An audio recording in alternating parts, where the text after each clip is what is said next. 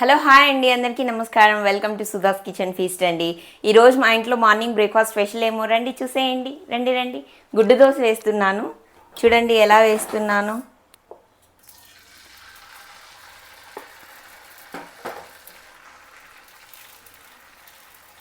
ఇలా పెనుమంతా స్ప్రెడ్ చేసుకొని పెద్ద దోసగా వేసుకోండి.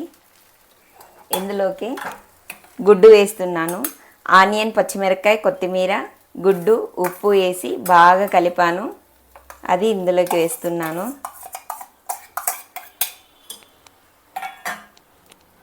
ఇలా బాగా స్ప్రెడ్ చేసేయండి. గుడ్డు పిల్లలకి ఎదుగుదలకు బాగా ఉపయోగపడుతుందండి.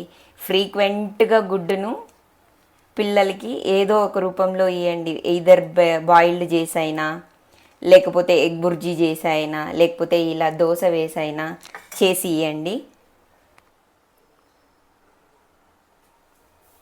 చూడండి 2 మినిట్స్లో గుడ్డు దోశ రెడీ అయిపోయింది. పల్లీ చట్నీతో సర్వ్ చేసుకొని తినండి. సూపర్ ఎమ్మీగా ఉంటుంది.